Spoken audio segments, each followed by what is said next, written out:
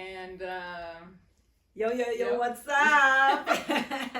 so you were saying you're panicked. What are we going to talk about? I'm down to talk about red flags. If you guys want to talk about Okay, red flags. Yeah, red flags. Let's do that's that. evergreen. I've seen a lot in your time. in my Well, maybe we're all divorced women or separated women with kids. Mm-hmm. Yeah. Maybe it'd be interesting to talk about your breakup is pretty different than that's what's the other thing. We're all different. breakups are pretty different. Yeah. But maybe we could even start talking about the earliest red flags we remember, or how we dealt with it when we were younger versus when we were a little more. I don't know. Just anyway, red flags. I think is a great. Well, can we start by saying did we even know what red flags were? Exactly. We had no idea what the red flags were. No, that was not a thing. Yeah. Red flag. That's such a great point. Yeah. Oh yeah. So we were not the generation. I think we were swimming in a Red Sea. That's all. That's like, okay, I can swim. Red was hot. Yeah, red was beautiful. Yeah, because we were brought up in red flags, so all you see is red flags, but you don't know what they are. That's really a good point. Such a great point. How to recognize them, it took a long time. I started recognizing them just recently, Yeah, it's almost like the red flags was norm, and it was non-red flag things that probably got us to the point where we were like, oh wait, maybe this is not the healthy thing. But it's just the gut feeling. Like you feel it in your gut, but you don't react to it. You just ignore it. Like you feel some unease or something that's not right, but you brush it off. You're like, okay. Right. So you've gotten experience that recently as someone who's much healthier now. Recognize the way my parents raised me, that's not, whatever you've been through, you're now kind of released yourself of all this stuff. So now when you see a red flag, it just hits you so much harder. It hit me and I recognize it and I just don't want to, I just no, this is not good for me. This is not good. I'm gonna talk about it.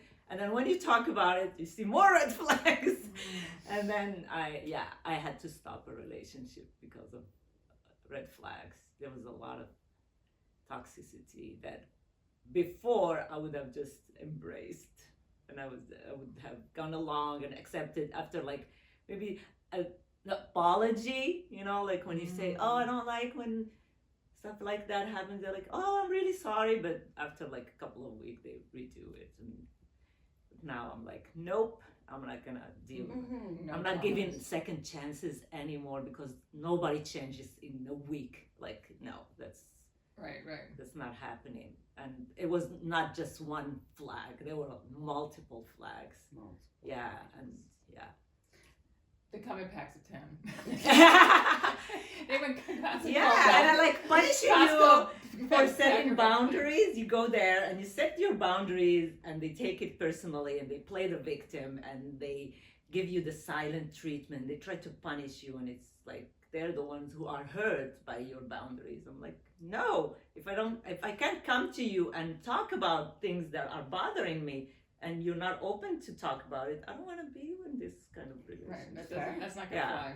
Yeah, so it was a test. That's what I realized. This relationship was a test for me to stand up for myself, and I passed it with flying colors, but no red. I'm really happy that I did it. Would you agree though that the hardest part, once we are grown and recognize the red flags, so we recognize the feeling that ick you get from a behavior, and now you're like, I should talk about this now because I'm a grown person, and as if the growth is then measured by also not wanting to be that person that changes the other person, or that the one that's gonna be there to support and help him through his behavioral changes, because that's not my job. You realize that you've done the work yourself. Nobody took me and was like, okay, go to therapy, do this and that. You have people who you gel with and they support you in a way that you feel the energy is there. Like, you know what I mean? Like you have good friends who are there, but they're not like doing the work for you. They're not coming to in your bedroom and telling you, okay, Lamia, I'm gonna do this. No, you are the one facing your demons, and you are the one doing. It took me years and years to be where I am now. Absolutely. And nobody did it for me. On the contrary, I had to do it for myself. So and I don't have the energy to do it for a grown person. Like, well, you realize, it's like, no, it's not fair. I feel like it's not fair to me. No, and it's not. It's not productive. And it's not gonna work. It doesn't work. It doesn't work. It's not. You keep telling them all the nice things that you see in them, and they don't listen. They don't see it. They don't hear it. They hear their own narrative. They just So it's useless. It's really useless. Ooh, see, that's a whole other level now. Nice. Yes. It's like it's like you just start being drained because you seem like you're pouring all your energy in trying to maybe help this person see things differently, and they don't want. They just drag you in their level of darkness or whatever demons they're facing. It's not enough to throw them a life ring. Yeah. They want you in the water with them, struggling and fighting. Exactly. That's how I felt, and I'm like, no, I have a full life. I'm happy. I have really nice friends. I have good kids. I'm starting a new job, and everything. Like, thank God, is like good. If I don't have a good guy who's gonna bring something positive in my life, no, why? Yeah. Why? Yeah, it's amazing. Yeah, I like the analogy of like when we talk about doing the work, it's like it's the difference between the person being in labor and having a midwife. Like, I can be a midwife, I can support you, but I can't have the baby for you. That's a very good analogy. That's a good analogy. Yeah. And labor is called like a work, right? Yeah, doing the work, labor. Laboring, so it's a perfect analogy. Yeah, like to birth your new self, to like, that's, no one can do it for you. And it's painful and it hurts and it comes in waves. Yeah. And when you're surrounded by supportive people, obviously that makes it easier. But if they're trying to give you that pain, do this for me, it's like, I'm sorry, buddy. It literally cannot work that way. Yeah. I'm sorry. It's not gonna work. So it's a new.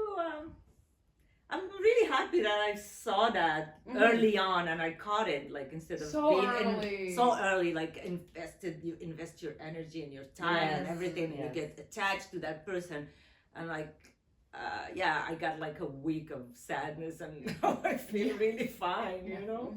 They say in the startup community, fail early, fail often, or fail often, fail, or whatever it is. But the idea is like, go down that path and see where it goes, and do it quickly, because it's probably not going to work, or may not work, and it's better to know that sooner rather than 2 years in, and now I've invested all this time, and it's just like, I totally agree with this. Like, it was a beautiful little test, because you guys were so compatible in so many ways. But if someone's not, like we talked about last week, if they can't stand up and love themselves, how could they possibly love me? And exactly. That's exactly what I told him. I told him, you need to learn how to love yourself, because that's not a healthy way of loving people. You just also the way you handled the breakup too, it wasn't like, you asshole. No. I told him, I love you. Very peaceful. You go with, like, I have only compassion and love, and I wish you all the best, and I wish you a lot of growth. And seriously, I have no ill will with this person. I don't hate them. I don't no. You don't feel hurt by them. No. It's like they showed you who they were, and you recognize that's not someone you want in your life. Like, go with love. Go do your thing, but not with me. I'm not gonna be there for that type of experience. It doesn't suit me. It doesn't suit me at all. That's amazing. Yeah. It's so interesting. You're talking about how you would be feeling fine, and then one little word or one little gesture could be like that ick feeling. It wasn't a couple years ago, I had an ick feeling, and it was really heavy on me, and I realized, like, wow, I used to kind of live with that feeling all the time. Like, when they say, like, listen to your body and your body will tell you, like, that makes sense to me now, but 5-6 years ago, my body, I mean, I guess it was trying to tell me, but I was just thought, I didn't even know that I didn't feel good. It's just how I felt. Like, you don't I didn't have a good feeling to compare it to. that sick feeling, that uneasiness of, they say like walking on eggshells. Oh, like if that's all you know. Yeah. So then to get out of that situation, to do the work, take the time, watch the YouTube videos.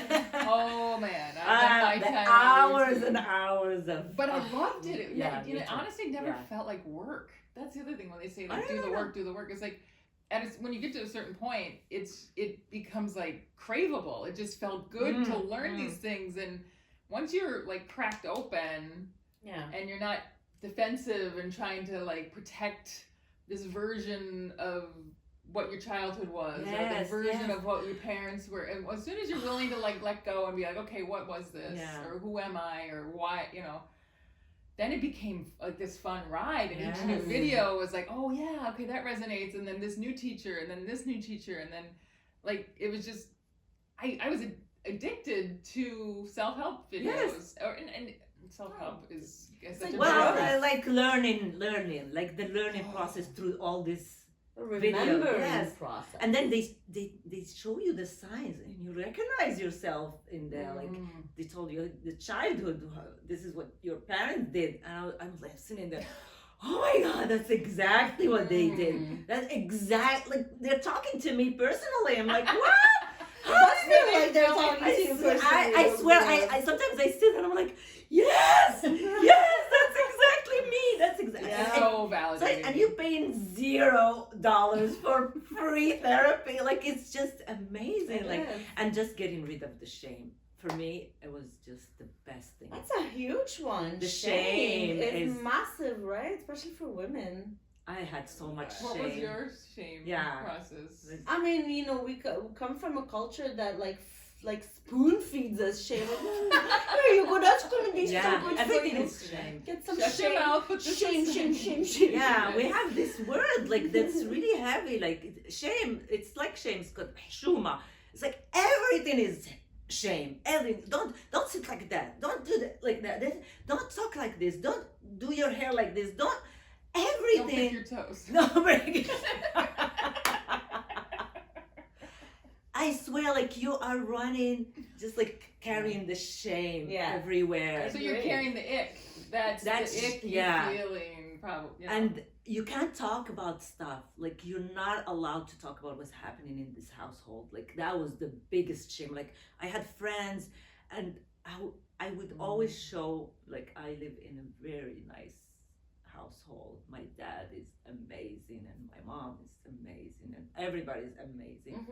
And you carry that. And I've never talked about my life to anybody up until I spoke to you. Our first coffee. Our first coffee was the first time I spoke about all the stuff that I was ashamed of. Oh wow. Yeah. That's pretty recent. It's a year ago. 1 year. Can you believe it? No. And you triggered something in me. You said there was stuff you told me that you hadn't even told Never told anybody in the whole world. I don't know what she's done to me. This witch. she came like a fairy. She was wearing a fairy. She had like open little like wings, like, and I'm like, and that's just amazing. Well, that's what I told her. Someday we're gonna make a movie about your life because the stories are so good. It's like, this is a good story. It's gonna be filmed in Morocco. Of dark stuff that I lived and witnessed, and it's just, and I don't care anymore. Like everybody has their own. Everybody's darkness, and heaviness, and the more you start talking about, the more you hear, and then you hear stories, and you think, okay, I'm not the only one who lived this type of. Back to Magda's point about even just the expression red flag. Like we didn't know that these were red flags in our family family of origin. Yes. We didn't know. I mean, do we use the word shame? No. I know, like, as my mom was Catholic and my grandparents are Catholic, so we know about shame. Yeah. You get your fair share. Yeah. But I mean, there's the expression, you should be ashamed of yourself. Yeah. But no, I mean, no one really. we didn't have the We didn't vocabulary. No, we had it. Yeah. Like we had it. Like everything. Like you can't sit like that. No. That's shameful. This is how horse sit. Yeah, that's not good. You have to sit like a lady. You can't talk like that. You can't say those words. You can't. It was just like a lot. But as a child, you didn't identify this as like, oh, this is making me feel ashamed. No, you were just like, oh, You okay. have to be polite. This is You know? politeness. This is how this you is are. being proper. Well educated, well raised. Your parent did well because you can't express your feelings. You sit, like you go to people's houses. You don't ask for food. You just sit. If they feed you, you don't finish the food. Because you don't want to show that you're hungry. They You might come bring from you a a second. hungry. Like my mom will just pinch me if I ask for like a glass of juice or something. Like you're bringing shame to the family by asking for. Like they bring you like a piece of cake. You can't just gobble it like a kid. Like oh my god, chocolate and. You eat it slowly and you don't finish it. You never finish your juice. You never finish your tea. You never always leave something in there. And these little symbols, like So that the host they're like can be meaningless. right? Is that the Yeah. idea? So like, oh no, I'm fine. No, I don't want.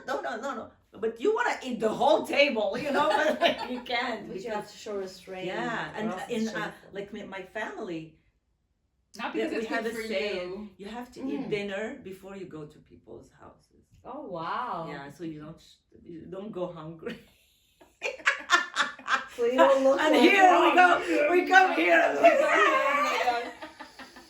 I starve myself before I coming. know, so like can when eat I all the food. Oh, come yeah, to the right. mushroom parties, I don't eat the whole day because I know there's gonna be a feast in there and I'm gonna shove my... Remember that we used to bring it out here? Yeah. We'd just be on the floor. Adrian had that chocolate thing with little pancakes. We were like all like swarmed around it. Oh, it's just Yeah. crazy how we were brought up. Seriously. Yeah. It doesn't make any sense to me. And as women specifically, I think across cultures. I mean, the three of us. I mean, we're more from similar backgrounds. Moroccan, Lebanese. But we both have the Christianity. The Yeah. Christianity, yeah, that's you're like true. this And we little- have You are the I'm infidel. like the hybrid. I have the best religion. For the Holy war infidels, breaks yeah. out. Yeah. So but my point being that across religion, across cultures, women have shame to carry in society, that we have to work through and to kind of like process, and that comes just from being a woman, not being able to be aware of ourselves, not being able to be sexual expressive beings, not being in any position of leadership of power from our feminine, because a lot of women are obviously in leadership of power, but they're leading from their masculine. Yeah, that there's no space for feminine. No, leadership so right the now. feminine energy in general has been stifled under shame. In Christianity, I think from my perspective, and we don't need to get into that, but just, the whole archetypes of Christianity, having the Virgin Mother, like, being a Even virgin. moms can't have had You sex. can't have sex. Even she even gave mothers, birth. you have She to, did not you have to be have sex. pure. That goes against all nature, You can't have sex and have Very babies true. at the same time. She was a virgin. Therefore, we could pray to her, and Yeah. she could be a high, like, Being, admired yeah. being, because she's the Virgin Mother. It's so weird. It's the opposite. Mary Magdalene was Yeah. a prostitute. You're right, but we were so that Mary Magdalene, I was getting into that a little bit, those videos, and the connection to the whole ISIS back in Egypt, and that in Egypt the women's sexuality was celebrated and taught, and really it was like an art form. What It was how priesthood. did they use that? It was priesthood. It wasn't even an art form. They were priests. It's religion. They were trained to become like a priestess in the convent of Isis. But it was clearly embraced, this understanding, that sexual energy it was really recognized, creative as energy, powerful. yes, Yeah. yes. So somewhere along the way, I mean, religious historians would know more than I did, but maybe you know, like, was there like a moment where, was it just? Well, yeah, I mean, just in certain areas, you know, it was such. Because Islam's not big on women's sexuality. No, either, right? No. I don't think any big it's religions, very taboo to talk about. No, well, the tradition is and think about religion also being immensely culturally imbued, right? Because it's a result of what was like a cultural momentum. So culturally, like in society, women started being, you know, stifled, and the way then how society got organized, there was just no, you know, women just had to stay home with the children. There was no place for women. Whereas before, societies were based on integrating women's roles and women's presence into the way society functioned. You know, so as we moved away from that, and religion were built like on picking and choosing certain texts that would then justify a religion that was masculine based only, and there's no room for the feminine whatsoever. Slowly we stirred into just that patriarchal society where, you know, there you go, shame was on women. So you can't, you hide your face, you hide your body, you have to hide, you have to stay small, you have to stifle your strongest light, which is your sexuality. Well, we were talking about this yesterday, that when you are bright and strong and feminine and silly and confident, men even today don't know how to handle that. Yeah.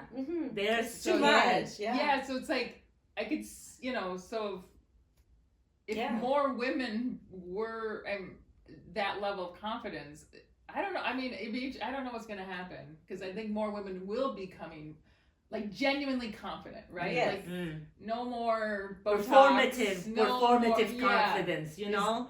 When you have like, to, like confident here, not in the face, know? Like, and confident in your voice and confident in your expression, like that's men. When the few men that they're like curious about it, but also terrified. Yeah. So I can imagine at one point it's like they've never seen it before. A sexually confident woman. Well, yeah, I mean, they haven't been brought up around. We haven't been these women. So why would they know any of these women? So it's I understand it scares them. Yeah, but it's so it's like I could see why you needed shame to like keep that down. Keep that down. We cannot handle that. They cannot handle women. But so as women are starting to become that now, it's like no wonder men are so terrified. Like I don't know, maybe men have changed. I don't know enough about this stuff to speak intelligently, but it is interesting to see. But from my multiple experiences. This is a process we're going through. Your multiple experiences, all your beautiful gender of male. Yeah, they're scared. They're attracted. It's like this light. You go towards it, and then they get burned. Zaps you, and then run away. It's like, what? I'm not trying to zap you. I'm just behaving like I feel. Like I'm not performing anything. This is just who I am. Like if you're attracted to me and then you're scared of me at the same time, yeah, that's weird. I don't know. Just they can't handle it. They don't know what's going on. They're like, this is too much. Even in my marriage, that was the case. It is a big adjustment for males too. I mean, because patriarchy didn't serve males either. Right. This system of one above the other didn't serve either. No. And so it's like seeing that even out, seeing the rise of the feminine, and you know, like that's gonna make such a difference for both genders. Absolutely. It didn't serve them at all. In our society, men, they want to marry a good woman, like she gonna take care of the kids, and she will not perform any crazy sexual stuff. They want to have sex with her just to procreate, and then they have a mistress. I'm talking from experience. Really? Like they want you to be, I don't do that. I don't do. If you ask for stuff that's beyond the missionary and all this stuff, you're a whore. Like, where did you learn that? Who taught you that? You can't. like they are weird with their wives, and then they go to see prostitutes to perform this kind of.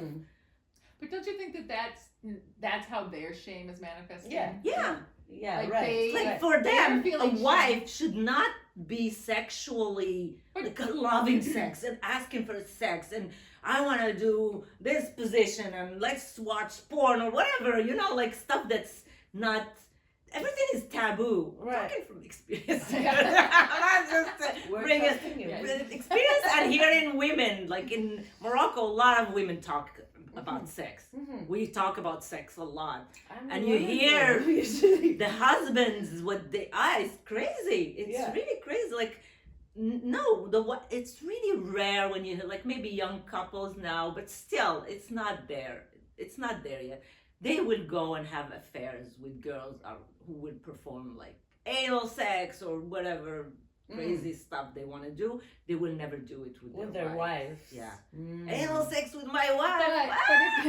That's true. I agree that I've heard this narrative before. So it is it's a cultural thing. I don't know, but yes, that is a thing. But if you were to ask these men, like, be honest, wouldn't it be nice to have a zesty, fulfilling sex life with your wife? You don't think there's a part of them that yes, I would love my wife to be, because for them, if she knows this stuff, that she's done it with somebody else. It's just some kind of jealousy. It's the horror, you know, like the whole archetype. Yeah, yes. It's like, how does she know this stuff? Why? And the way that like he's gonna do this with her, just make like she's the mother of my kids. Children. It's like they put her like she's a saint, but I have to have sex with her to prove. It's like the Virgin Mary. Like you married to. It's kind of that, you know. And we have the Virgin Mary in Islam, so it's all like plays on this. No wonder we're all single. Yeah, I know. We couldn't handle the wife role. I know. Yeah, I had to choose between the virgin and the whore. You can't talk like that. You're a whore. You know, I was told like you can't talk like that. You're a mother. Yeah. Like what? You can't give oral sex. You can't kiss your children. Oh no. I'm not gonna kiss the mother of my children with that filthy mouth. It's crazy. It's crazy though. We're talking about this. It sounds so archaic. I almost became really crazy because of all the stuff that I heard. Yeah. It's like you can't do that. You can't say that. You can't ask for that because you're a mother. So yeah, I had that experience with my ex with married, all the problems of marriage, and then meeting that guy. So I took a few trips alone in in the course of my marriage. We were together for about 24 years. I think I took 3 or 4 trips alone. One of them was Los Angeles, and another one was Austin, Texas. And Austin, Texas was 2017. It was for that comedy festival. Met a guy. I'd met him first in LA, and then we kind of had a little bit of a spark. A comedian. Yeah, a comedian. I know. And then Austin, a year later, like I never was in touch with this guy. He was friends with people I was friends with, but didn't know much about him. And then I meet him in Austin, and then the chemistry's insane. I end up kissing him, the most amazing kiss I've ever had, like insane. Like, and I was, the guilt that comes in is like, oh my God, it's like my husband's gonna kill me. Like, but at that point, I was kind of like, well, that's not bad either. If he leaves me, I'm fine with that too. Like things were so bad. Yeah. Right. Like you were at the end of your. And there was all these other things. Like we had an open relationship. He had a girlfriend. So like there was other factors. Yeah, baby. Okay. Yeah, the whole open relationship years were from his part, not from your part. Yes. Yeah. So he had a girlfriend who I helped him get. Like I helped him create his profile. We were gonna break up. We were done. I was it. This is it. I couldn't do it anymore. And doing that yourself? It wasn't quite. We helped. We did it together. Okay. But we were done. We had been to a therapist, and I was like, "There's no." It was over in my mind. Yeah. And we drove home from that session, and we weren't talking. And then at one point, he said to me, is there anything we could do? Like, I don't know. We started talking, and my idea, I don't know, because I had this weird fantasy, and I recognize now it was something that I needed to process. It was something, oh God, I never know where to start with these things. There's so much before. But whenever I would get depressed, I would get depressed and I would sometimes be in bed for days, and I wouldn't eat, which I think is probably good for my metabolism now that I know about fasting. But I spend a lot of the time ruminating. Ruminating is a big thing about being in a narcissistic relationship. Is you spend a lot of time just like, what if, and and one of my fantasy, I would always imagine what my life, like breaking up with him, and I would play out all these scenarios, like he'd live there and I'd live there, and the kids would be, or even a scenario where the kids stayed in the house and we would like, I don't know, and I would play out these fantasies, and I would always get to the point where he met someone else, you know, and it still stirred up a little bit of jealousy, and insecurity. It's still there, right? It's still in there. And then by the time I get to that point of my ruminations or my fantasies, then I would like start crying. It would brought back feeling. It was like I would, because when you're depressed, you're just completely detached from feelings and desire. You're numb. But then I would get to that point, and the jealousy would perk up, and I'd start crying, and then I'd go back and try to like make things work. That was the hook that kept me in for many, many years, for a long, long time. And so there I was, done at the therapy session. I can't keep doing this. But then I said, what would you, and I wasn't associating these things, but I said, what would you think about if you started dating someone else? And he was like, what are you talking about? It's crazy. You know, I'm like, well, I said, I get very turned on when I imagine someone else. You said that in therapy? No, afterwards. I said, I don't know where this is coming from. I don't know exactly what the conversation was, but he was resistant, to his credit. He wasn't like eager to jump on board. He was resistant, but I made it clear, like, we'd spent like basically a whole summer fighting, not having sex. Like, it was just a really bad summer.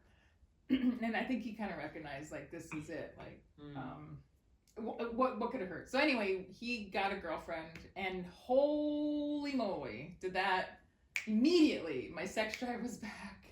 We were like playing with fire, is what I think how I think about it. Like, oh my God, I got so jealous of her. Really? He would go on dates. He'd come back smelling like her, and then we would my God.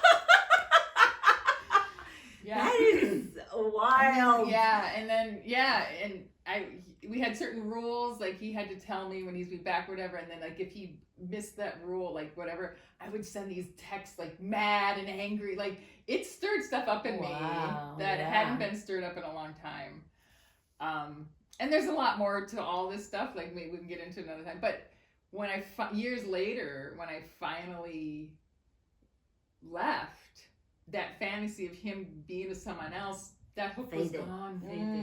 I had to play that out. I played it out. We got to the end of it, and then when I finally left, it's like, oh, I'm totally fine with him. Like that jealousy just needed to get and out. So so it's like that was such an important step for me to finally get out, is because that was a big hook for many years. Anyway, I don't know where that came from. Yeah, then you're talking about the guy in Austin. Oh yeah.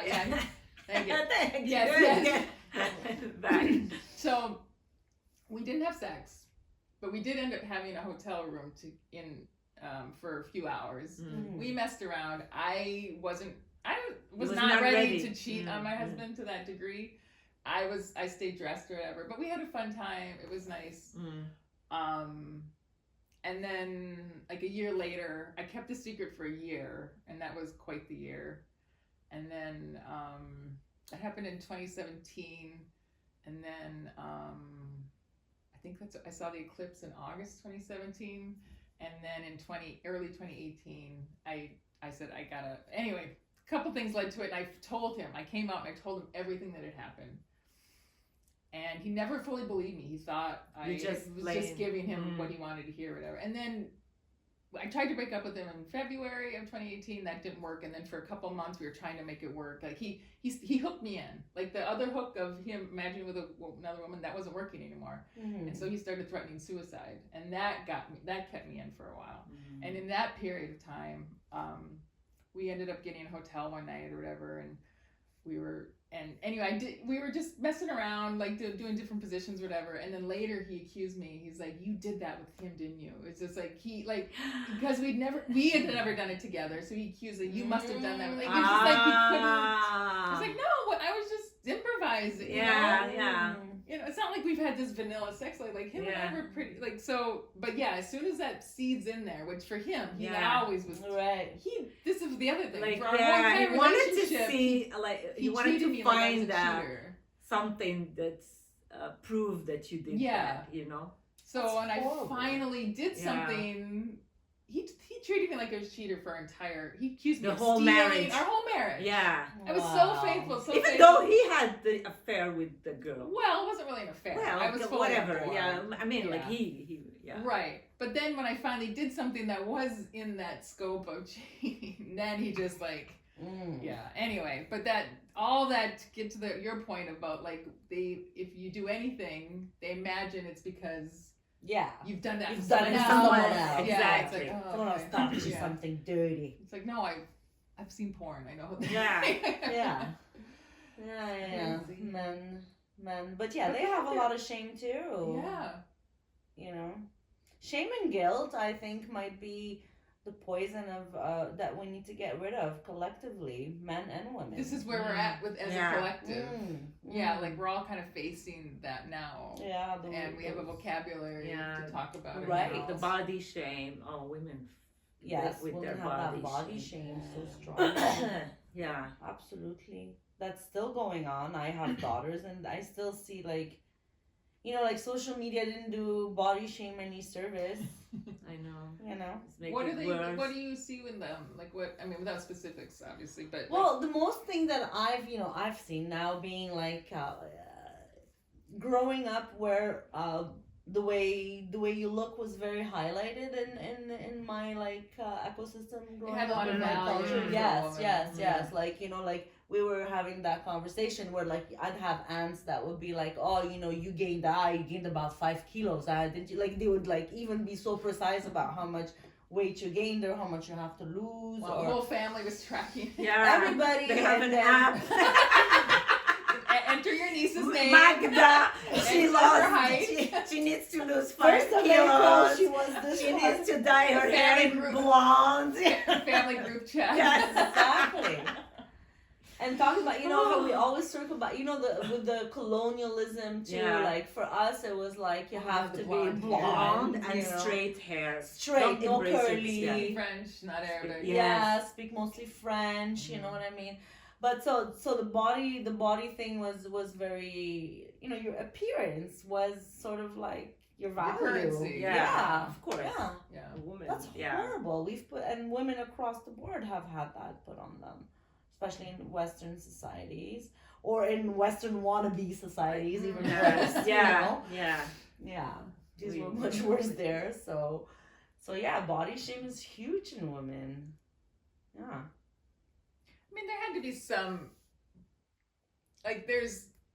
we talk about, like, the inner beauty becomes the outer beauty. Like, there is some correlation, and also, like, someone who's taken, like, if you're healthy, there's a certain way you look versus, you know what I mean? Like, just from, like, if you want to reproduce with someone, you want to choose someone who's strong. Like there's some basis to it's not. I don't think just like a cultural. There's got to be some genetic thing. Biological imperatives to some of this stuff. But it is interesting how then it became like if your eyes aren't exactly the shape. To answer that shape. Exactly. And to answer the question about social media, right? And how like I noticed like when I was growing up. It was just about being like Kate Moss skinny, like super skinny. That it was the heroin chic, exactly. So you had to be like abnormally skinny to be good looking, considered good looking, right? Whereas now have the curve. You have to have a booty and you have to have like a super thin waist but big boobs. You have to have big lips. You have to have the There's an expression for it, like skinny, thick. skinny thick. Skinny thick, something like that. Yeah. I just heard that Thick the other day. legs. Whereas like, oh my god, like it's like you know, kind of a Beyonce Kardashian mix, right. you know? That's the era, you know. Yeah. So Do you see the your beauty kids? standards changed, and it's That's crazy. I don't like the word Trends. beauty standards. Like, what is this standard that you just Well, created exactly. The every fact 20 that it years? changes You know, is just so. it doesn't mean anything. It's just Maybe not fashion. even every 20 nowadays. It feels like every 2 years. Yeah, there's a there's something. Yeah, and then people are like having surgery to fit certain. I'm thrilled that like for the skinny look is, you know, like that's it's like, hey, I missed the BBLs, I missed the big boobs. Everyone who had the implants are going back to this size. Like, hey, all right, what comes around it's coming back. Just stick with it. Just wait. Yeah, just hold know. out. It'll Hold be on. popular. I'm waiting for the long 10 years. nose to Yeah. happen. It's not happening. Well, I think my sense is that there's the beauty of not having followed trends. So Yeah, not yeah. having put your body through that abuse. Through the whole thing, Yeah, so having a natural nose, having some character, Yeah. you know, like there's the beauty not in having that. fake boobs, Yeah. not having Yeah. butt implants, Right. not Yeah. having ab implants. Yeah. I don't think we realize the amount of implants that are available to people nowadays and how you can go in on lunchtime and come out with like a 6-pack. Do you feel It's though in a thing. Montreal that's Not I mean that I much. get it like in It's LA maybe like just in some parts of Montreal, like maybe Maybe you some know, the sub- wealthy subcultures. sub. It exists here. Like there are a lot of surgeons. Like, Oh here. yeah. Oh yeah. Like young girls are And doing with Botox, Botox Yeah, the baby this has Botox. started Yeah. really young now. Fillers. Girls start really young with fillers and Botox. Mhm. Like really young But girls. it does still feel like, at least around here, a subculture, like a Yeah, pretty it small is. subculture. Women here like are more comfortable. I feel like There's they definitely- don't. Which is they don't wear nice. makeup a lot. They don't. Yeah. Some of them embrace their gray hair. And Yeah. it's just- You have the choice, like Yeah. you're saying. Here, I think in Montreal I particularly. don't think there's a lot of You have a pressure choice. here on Mhm. women to be. It's nice. It's nice. Yeah, Maybe, that's what I like it. Here. Maybe because it's a little bit more European and Eastern, you know, Yeah. it's not this. Yeah. Well, it's a melting pot of a lot of different cultures, so you have a lot of different currents. But it's not. There's not that much pressure. Yeah, that's true too. Also, I get like if it's you're wanting to attract it.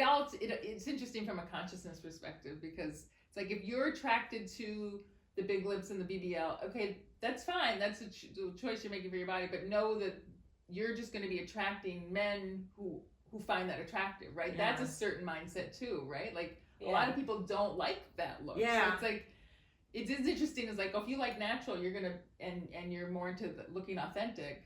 Well, that's gonna attract people who are also attracted to authenticity. So it's a way of kind of like weeding out or filtering out the superficial. people. Like people you who are know? into the Yeah.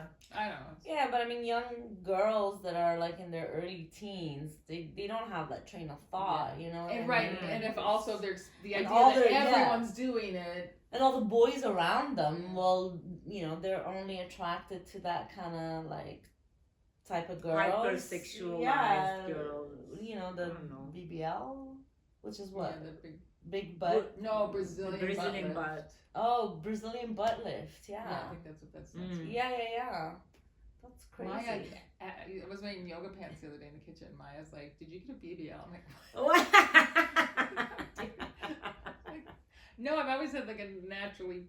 I mean, from a certain angle. Other angles it's You just have like to. flat, but she caught me in the right light. She was at a 36.5 Yeah. degree. She had Knowledge. slipped.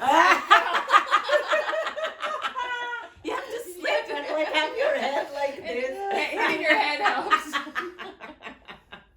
Oh, come on. No. Give yourself No, some credit. I'm happy. With Yeah, it. I know. Whatever it is, yeah. It's funny. Yeah, I mean, it took a long time to accept. I know. Yeah. My body. Yeah, but this you the know. shame and the Yeah, but I think as mothers as well, I don't know, because I haven't spoken to other women our age that are not mothers, but I wonder if being mother and having gone through pregnancy, doesn't that give you certain love for your body, a certain appreciation for your body Well, that goes beyond like any beauty standard that you were think fed so. with? Not No, all not people. for you. No, not for me. Okay. You're like, oh, Hey! no, I don't No, think so. I was not talking about me. I love my body. No, I but I mean, maybe I pregnancy. stand in didn't front of add the to mirror it. and I just tell myself, "You look beautiful." I thought so do too. that I mean, all the time because I'm trying to remove all that hate that I used to have for my body Yes. before. It is I used to it is a lot of scrutinize my investment. body all the time. It's like my boobs, my ass, my hip. I'm like, no, now I look at myself like, hey, you're 49, you look good, good, girl. Look Yeah, I amazing. can tap that. But I know women after Okay, you're pregnancy, like, yeah. they hate their body. Right, Yeah, right, They that's feel what you're like saying. they don't like the scars or whatever. Stretch marks.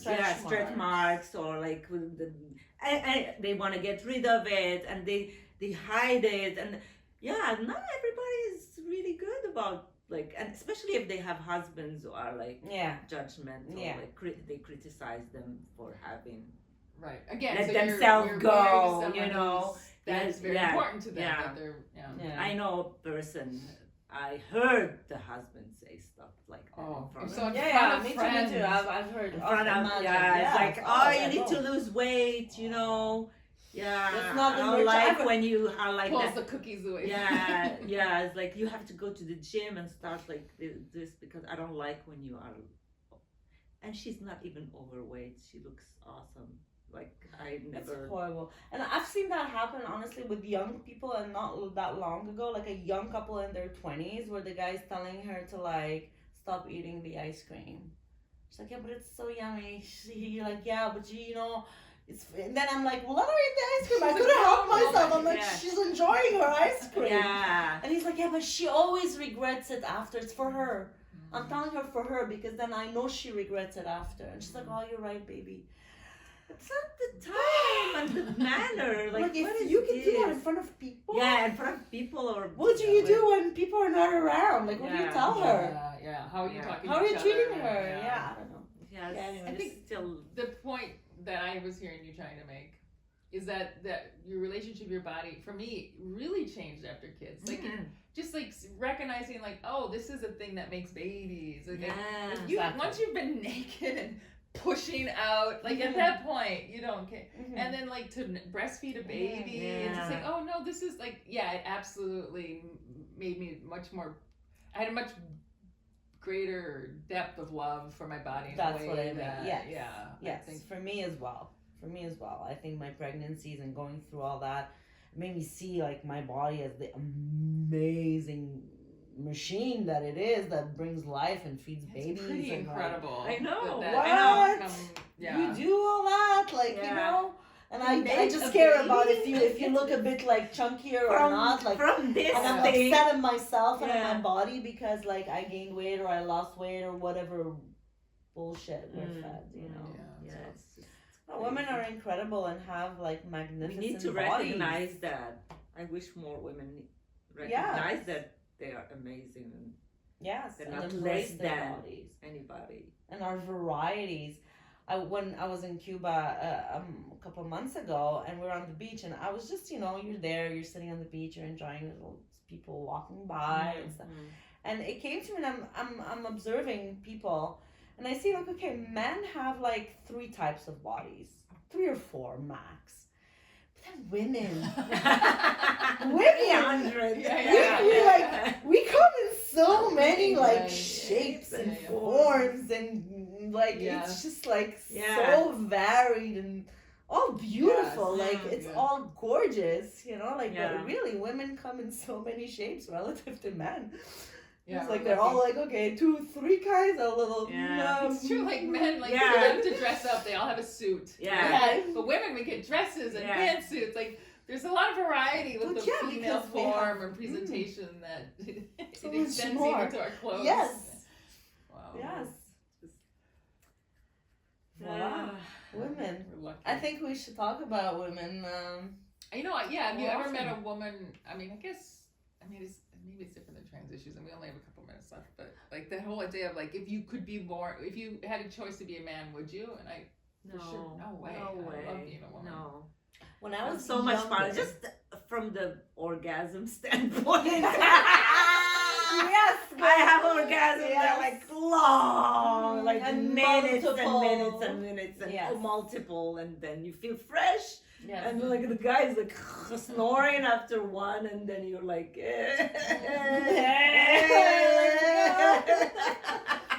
Back at it. bring another one or whatever. Call your friends. I love it. Call your Women should the one being able to have multiple husbands because that doesn't make sense to Isn't me. that a thing where like the woman would be in the tent and then men would like in certain tribes Yeah. where they would That's different when men would women come in. are powerful. They need Yes, men they to need serve them men to and serve them. and Absolutely. be like the goddesses. That's right. You wouldn't want to be men ever in your life. I think when I was younger and I realized like how patriarchal society was, I was like, man, should have been born a man. Like it's tough to be a woman. But again, I go back to having children. I think having children and being a mother made me fall in love with being a woman. Mm. So no, not now. Like no. And Oh. I admire women. Yes. I don't think I admire a man. It's rare Right. when I meet a man that I admire. That's very true. Seriously. That's very true. That's very true. I swear, true. it's not. I don't hate men. No, It doesn't come from. I love But men. I'm still waiting to sit next to a man, and I'm like, wow, this yeah. man is amazing. Like, Yeah. other than maybe they're gorgeous. Like, if I see Brad Pitt, I'm like, oh my god. This, Yeah. But they Oh, don't. they're They smart. don't They're very impress smart, me. intelligent, I know, but like. men. Like That we I love. see women and I see what they do, and I'm like, Mm. oh my god, like you are amazing. It's not comparable. Going honestly. through all this stuff by yourself and doing all this work and all this stuff, and you're amazing. Man, I feel like they get it like easy because things are made for them. You know what I mean? Kinda. Yeah. Yeah. I do. But maybe that's the problem. Maybe things have been easy. Because for me, I think I'm the person I am today because things were hard. Yeah. Mm-hmm. I had to stand But up for this is what I'm So I saying. think, I think whatever's coming down in the next year, or whatever is like this, I think we're going to see more men popping out and, like they're going to get to that next level. I just Yes, think, oh, especially. I would admire a man who does the work. Like sometimes I say, okay, this is good. Yes, like when I that's hear what's them admirable. have that's true. like talk about mental health and Which what- we're which doing. is I like, know yeah, that's happening. this is happening. I do. This I feel like it's a step. Like they're going through the, but still, like we talk about this stuff together. We always talk about. What did Jimmy Carr say? He said, men need to go to therapy once a week. Women don't need therapy because they have their girlfriend. Yay! On that note, I love you so much. All right. So Okay. fun.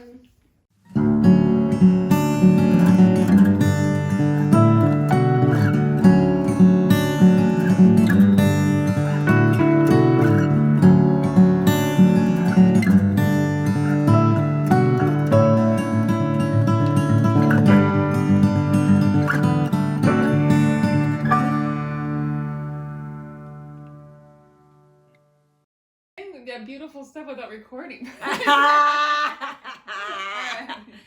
All right, one last sip of coffee and then.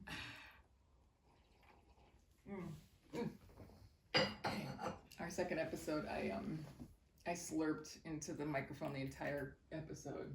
I thought it was like cool, like and it was just like I listened to it later. The like, first that's episode. disgusting. The first episode, I was playing with my toes the whole time. I was sitting like this. And I was like, All right. It's We gotta, fine. It's Can you very crump offensive. it? we gotta